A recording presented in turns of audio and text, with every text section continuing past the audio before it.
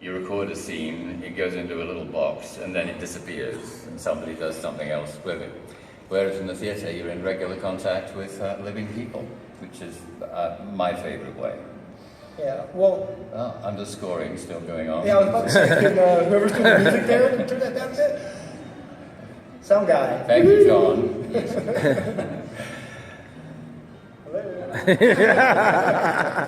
I love John Williams, I do, but yeah, turn it down just a touch. Yeah. All right. As long as it's a dark side. That's So, you're coming from the theater background. Yeah. How did you get into Return of the Jedi then? I know you've done a couple things. You did Dragon Slayer before that, but it seems like kind of a big jump. It was really out of the blue. And I didn't know much about the Star Wars saga then. I'd seen like practically everybody, the first movie, but I hadn't even seen Empire. I got a call one day from my agent. He says, George Lucas wants to see you. This was sort of late morning. And just as I was saying, oh my God, what for? A car appeared just outside my flat window. And he said, I think they're sending a car. I said, well, I think they sent it. He said, well, you better get into it. So I did, and it was lunchtime at Elm Street, I think we were. And George and Richard Marquand, the director of Return of the Jedi, unfortunately died all too soon of a heart attack. They were there, they just finished shooting for the morning. And I had I guessed it was Star Wars, but I had no idea why they wanted to see me. And even then the title wasn't around, Return of the Jedi or Revenge of the Jedi, as I'm sure some of you know it was originally going to be called. Some script called The Blue Lagoon or something was lying around, spoiler alert. And so I went in and we talked. I can't remember what we talked about. I was a little in awe. I think it was just the weather. They were very pleasant, and it was 10 minutes. And I thought, whatever it was, I got a chance to say hello to George and meet Richard Marquand. That's good. And as I was going out the door, George said, oh, hey, great nose. I thought, a few things said about my performances and so on, but great nose was a first. And I got back to my flat and the phone was ringing. This is all true. I picked it up and my agent said, hey, great, congratulations. We're all celebrating in the office. You've got the part. I said, oh, good. What's the part? And he went, leaf through his neck. I think it's called The Emperor of the Universe. So I said, well, I guess we'll be doing it then. And the rest is sort of history. What had happened was the part was originally cast with an older actor, and I was about 38, 39 then. And he couldn't take the contact lenses. They really disturbed his eyes. So consequently wasn't insurable. And this all happened very quickly. And Mary Selby, who was the casting director on the initial movies, was a great, wonderful woman, and very good to me in lots of ways in terms of getting me up for parts, had just seen me play the old, aging Howard Hughes, well, sort of, in Sam Shepard's play, which is called Seduce. And that was in a small theatre, the theatre upstairs at the Royal Court. So I guess she'd said, we never talked about it, I guess she said something like, there's this guy who's probably going to live a bit longer than the last one with the contact lenses. He's in his late 30s, but I've just seen him play the old, dying, decaying Howard Hughes close to, so he can probably do that sort of thing in close-up. And I guess her recommendation, after he'd met my nose, got me the part. So before I knew it, I was in doing makeup tests. I had still no idea who this Emperor figure was. And they said, we're just going to put some stuff on your face. Okay, yeah. And the best thing you can do is just lie back in the chair and go to sleep. So I was there as me, and I did go to sleep, and when I woke up, I screamed. So I saw this, horrendous figure in the mirror, and they said, oh no, we think that's what we're going to go with. I said, oh great.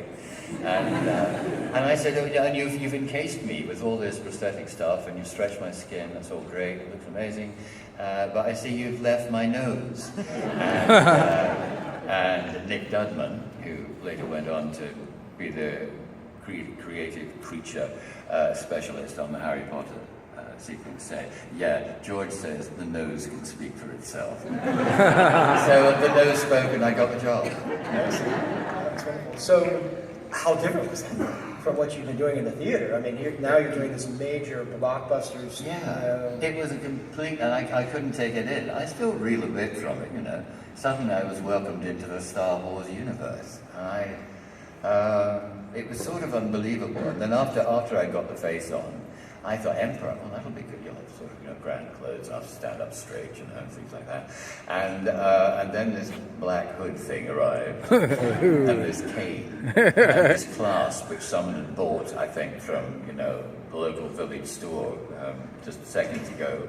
And I put it on. I thought, well, George won't like that. And he went, perfect. So then there was the first day of shooting. And I learnt my lines, and I knew the Emperor came down some steps, it said, out of the shuttle to greet his troops and Vader, and then walk a bit. So I'd learned that.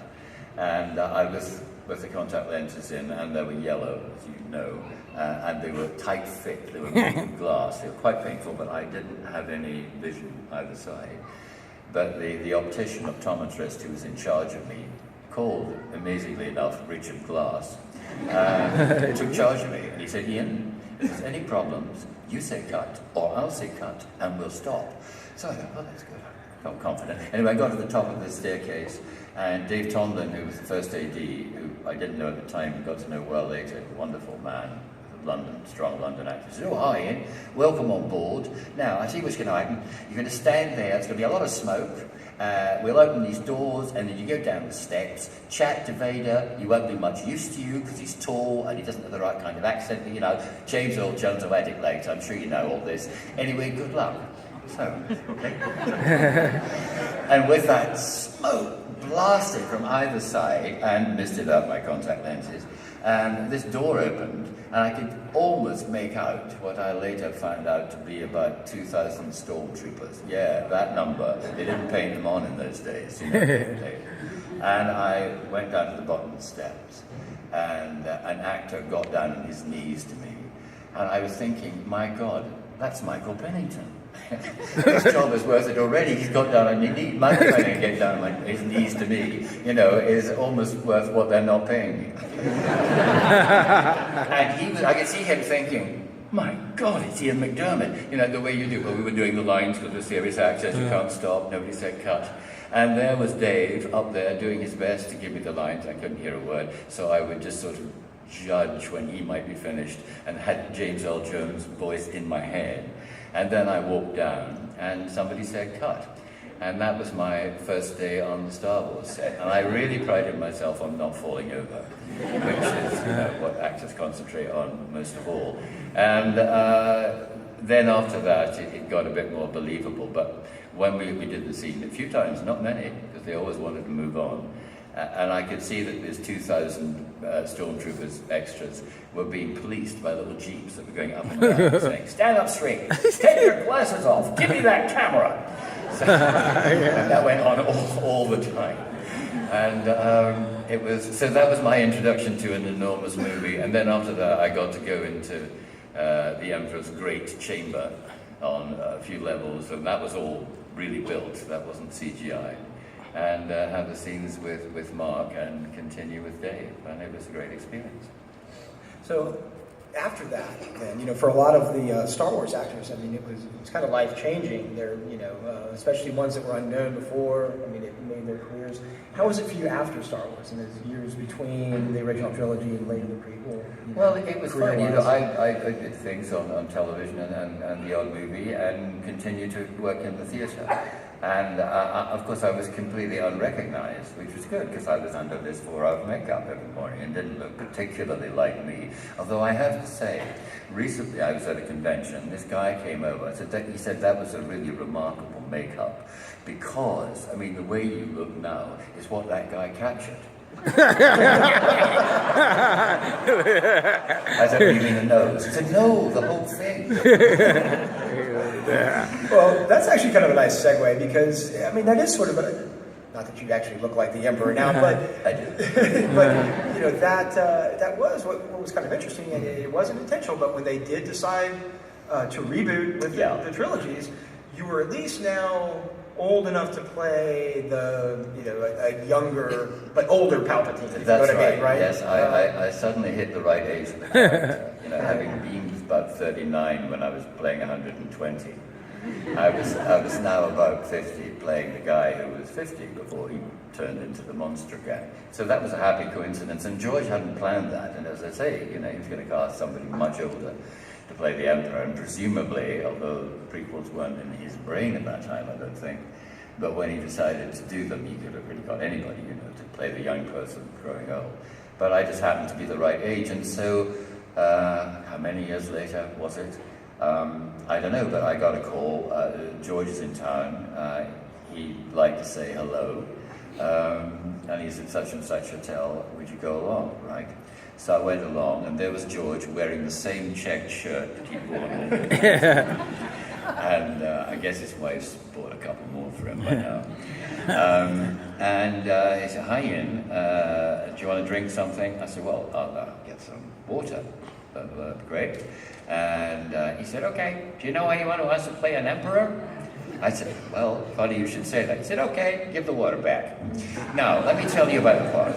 And then he told me absolutely nothing about the part, really. But I suddenly thought, he just offered me the job again. Isn't that nice? And that's what George is like. I mean, if he trusts his judgment, he trusts the judgment of casting directors and everybody else. But if he thinks you can do it, then the part's yours. And then, of course, you've got to do it.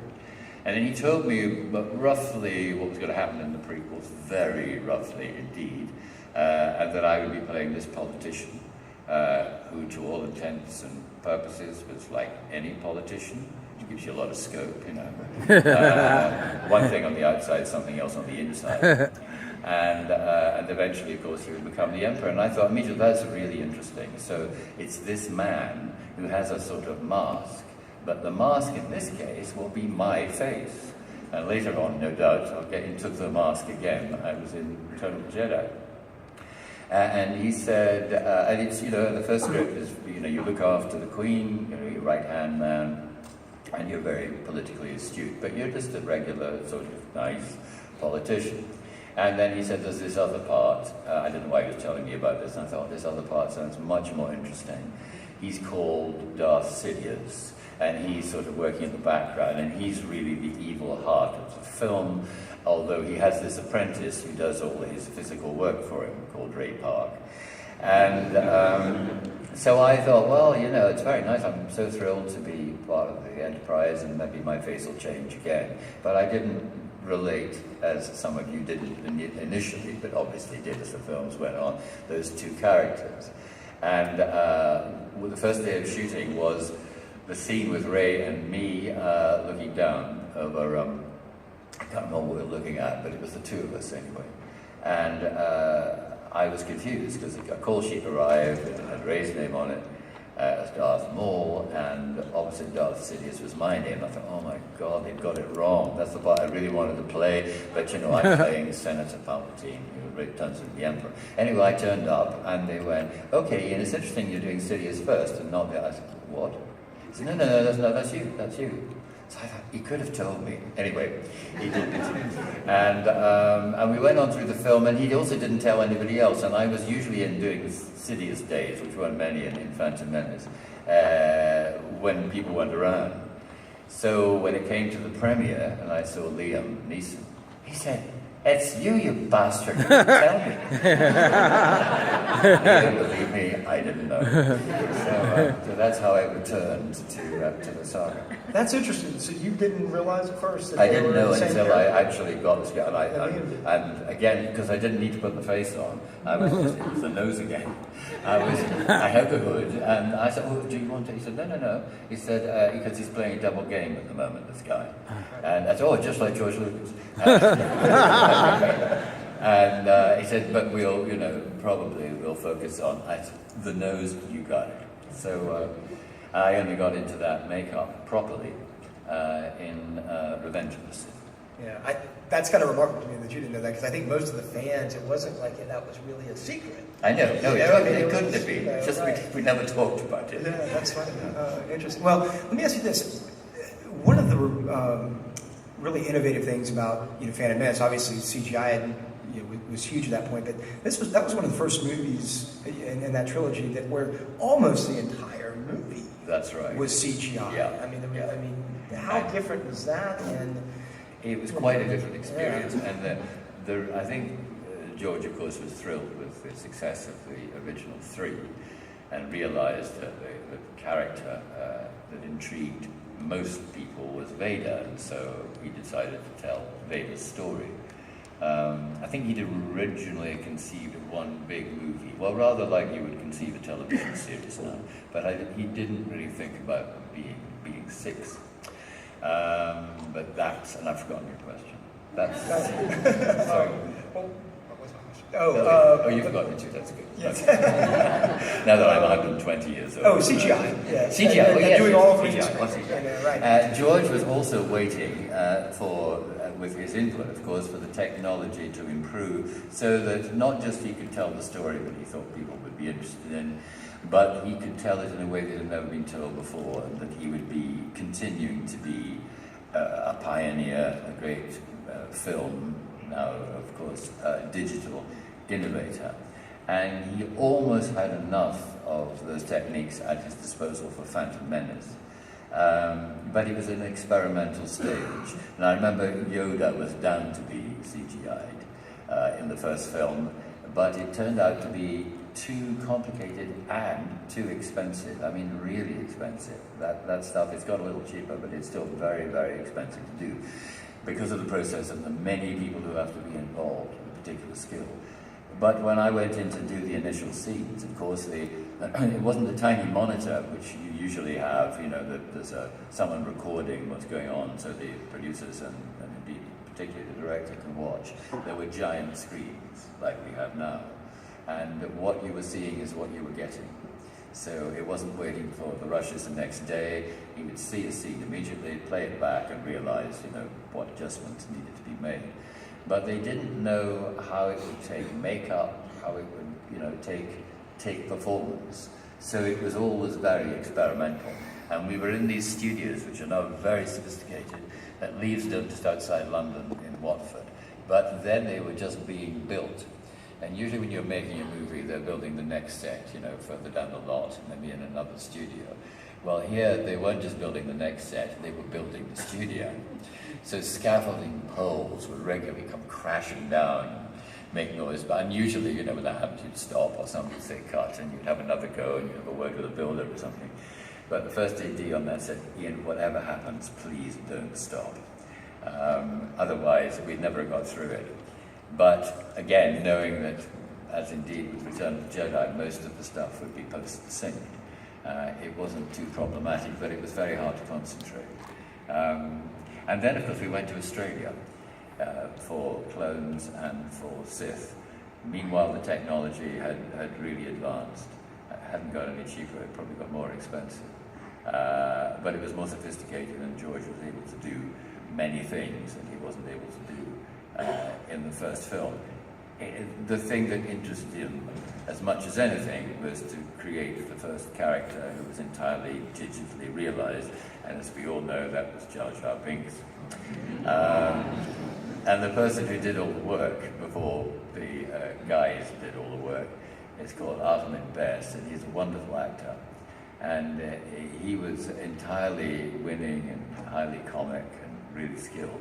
And I remember thinking, I don't know what they're going to do to him, I don't know what Jar Jar Binks is going to look like, but they don't need to do much because this guy is so talented. He's really going to, he's making something of the part, and he's really going to entertain people. But of course, he disappeared into all that CGI stuff and didn't become the great hit character that everyone imagined. No, that was terrible. Although there's a bit of me that misses him, but it's not a very big bit.